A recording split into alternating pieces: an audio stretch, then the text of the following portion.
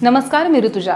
बातमीपत्राला सुरुवात करण्याआधी जर का आपल्याला संपूर्ण कोकणातील आणि मुंबईतील लोकप्रिय JPR चॅनलचं आपलं कोकण हे चॅनल दिसत नसेल तर आजच आपल्या जवळच्या केबल ऑपरेटरशी संपर्क साधा आणि जाहिरातींसाठी सुद्धा खाली दिलेल्या नंबरवरती नक्की संपर्क साधा।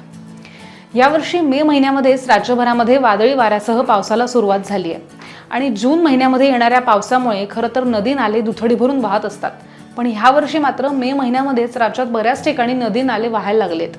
शेतामध्ये पाणी साचलंय, घरामध्ये पाणी शिरलेत अशा घटना अनुभवायला मिळाल्यात। मे महिन्यामध्ये सुरू असलेल्या मान्सून पूर्व पावसामुळे शेतकऱ्यांनी शेतामध्ये पेरणी करायला लागलेत, तर काही जण द्विधा मनस्थितीमध्ये पडलेत। आपल्या शेतामध्ये परिसरामध्ये 100 मिलीमीटरपेक्षाही जास्त पाऊस पडल्यानंतर शेतकऱ्यांनी शेतामध्ये पेरणी करावी, तसंच शेतकऱ्यांनी किसान क्रेडिट कार्डचाही वापर करावा। ज्या शेतकऱ्यांनी किसान क्रेडिट कार्ड काढलं नसेल त्यांनी किसान क्रेडिट कार्ड काढून घ्यावं। शेतामध्ये पेरणी करताना आंतरपीक सुद्धा घ्यावं। त्याचबरोबर शेतकऱ्यांनी बियाणे, खत, रासायनिक औषधं जेवढी लागत असतील तेवढंच घ्यावं। अतिरिक्त खतांचा वापर टाळावा असं आवाहन जळगाव जिल्ह्याचे जिल्हाधिकारी आयुष प्रसाद यांनी शेतकऱ्यांना केलंय। इच्छुक आहे। सर्वप्रथम सर्व शेतकऱ्यांनी 100 मिलीमीटर पाऊस आपले शेतावर या मंडलमध्ये पडण्याशिवाय आपण कृपा करून पेरणी करू नये। दुसरी गोष्टी, सर्व शेतकऱ्यांनी किसान क्रेडिट कार्डचा लाभ कृपा करून घ्यावा। त्याच्यामध्ये ज्या उपलब्ध निधी आहे त्याच्यामध्ये वाढ देण्यात आलेला आहे शासनातर्फे, त्याचा लाभ सर्व सन्माननीय बलिराजांनी त्याचा लाभ घ्यावा। ज्या शेतकऱ्यांनी किसान क्रेडिट कार्ड काही कारणमुळे काढलेला नसेल तर कृपा करून सर्वांनी ते काढून घ्यावा। तिसरी गोष्टी, पेरणी करताना आपल्या शेतामध्ये ज्या ठिकाणी पाणी साठा जमा होतो, पाऊस पडल्यानंतर पाणी साठा जमा होतो आणि कधी काही शेतकरी त्यांच्या बांध फोडून बाजूच्या शेतकरीला त्याचं पाणी वाहून देतात आणि त्यामुळे त्या ठिकाणी वादाच्या परिस्थिती निर्माण होतो। असं न करता माझी सर्व शेतकरी बांधवाला माझी कडकडीची विनंती आहे की त्या ठिकाणी जलतारा नावाचे प्रकल्प आपण बांधा। नंबर 4 मुद्दा जो मला शेतकरी बांधवाला विनंती करायची आहे की जेवढी गोष्टी आपल्याला लागत असेल फक्त तेवढी खरेदी करा। जास्त प्रमाणात गरज नसताना म्हणजे कधी ज्या पीक घेताना एक गोष्टी आपला अनुभव पण येई असेल की जेवढा गरज आहे तेवढंच आपल्याला देणं पाहिजे। जास्त टाकला या कमी टाकला, ते खत असेल इतर कुठले कीटकनाशक असेल इतर गोष्टी असेल तर ते पर्यावरणाला आणि आपल्या पिकाला हानिकारक असतो, तर ते जेवढा गरज आहे तेवढाच टाका। ही माझी 4थी सूचना आहे।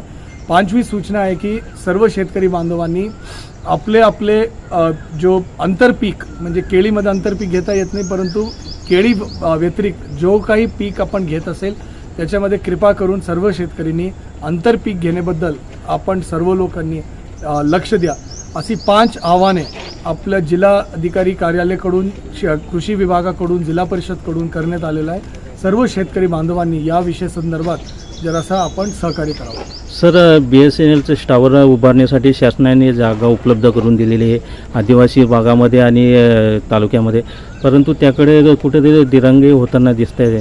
BSNL टावर उभा करण्यासाठी आपल्याकडे फक्त 4 ठिकाणी अडचणी आली होती, त्याच्यामध्ये आपण 3 अडचणी सोडवलेल्या आहे। एक ठिकाणी ज्या ठिकाणी म्हणजे जिल्हाधिकारी कार्यालयाकडून निर्देश पण निर्गमित करण्यात आला, परंतु त्या ठिकाणी परत गावकरींचा वाद आणि विरोध आहे।